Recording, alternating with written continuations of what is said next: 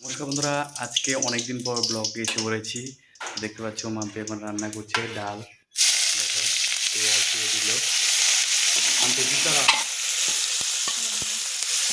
রান্না করে। ও দেখো ডাল সম্পাস দিচ্ছে।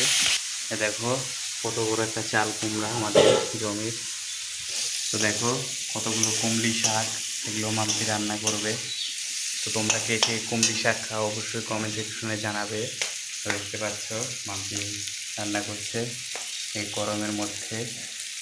তো দেখো অনেকদিন থেকে মাম্পিকে দেখা যায় না,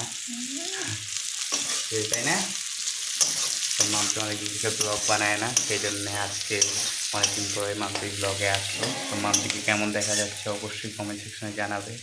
আর কুমড়ি শাকগুলো কেমন আমাদের জমি দেখতে পাচ্ছ।